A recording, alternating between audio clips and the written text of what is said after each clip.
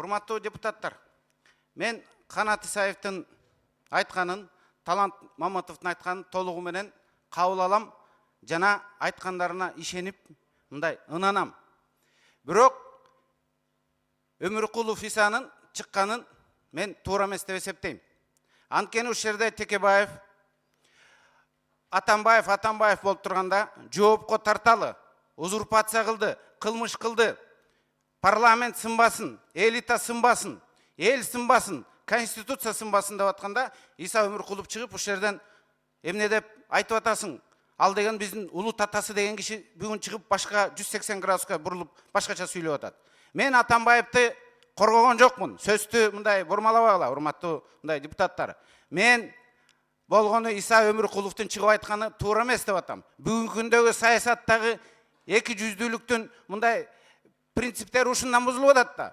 Жок дегенде унчукпай отурбайбы бүгүн?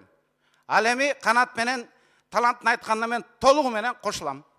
Ошол Текебаев трибунадан айткан күн тартибине киргибей калган маселени бүгүн күн тартибине киргизгиле. Атамбаевдин узурпациясын карап, добуш коюп, комиссия түзүп карайлы. Жоопкерчилигин карайлы, кеч болсо дагы. Анткени ошондо ушул жерден колдонбой, добушка ээ болбой калган.